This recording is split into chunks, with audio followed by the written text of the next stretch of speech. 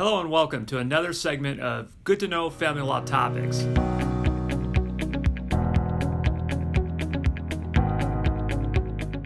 In this segment, which I like to call Should I File for Legal Separation or File for Divorce, I'm going to talk to you about what a legal separation is, why people file for legal separation, and I'm going to give you a tip as to whether or not you should proceed with one.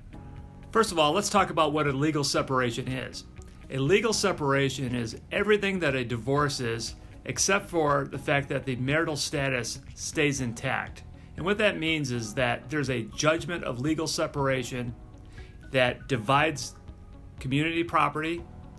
It takes care of things like child support, spousal support, and attorney's fees, and anything else that you would see in a divorce except for the marital status. When people are legally separated, they're still married on paper, but the marital rights have dissipated, and in order to have marital rights, people would then have to divorce and remarry. So you may be asking yourself, why would people file for legal separation if it's so similar to a divorce? There's three major reasons why people tend to file for legal separation. The first is where people think that the marriage may be intact and they just think that they want to separate their finances in order to be safe. For example, if one person is spending too much money. The second reason that I see is that where people have strong religious beliefs and they believe that divorce is against their religious beliefs. And the third is where people are trying to keep each other on their insurance. This frequently is with elderly people, and in order to maintain the health insurance, they have to remain married. Now that you know what a legal separation is and why people file for legal separation, let me give you a tip.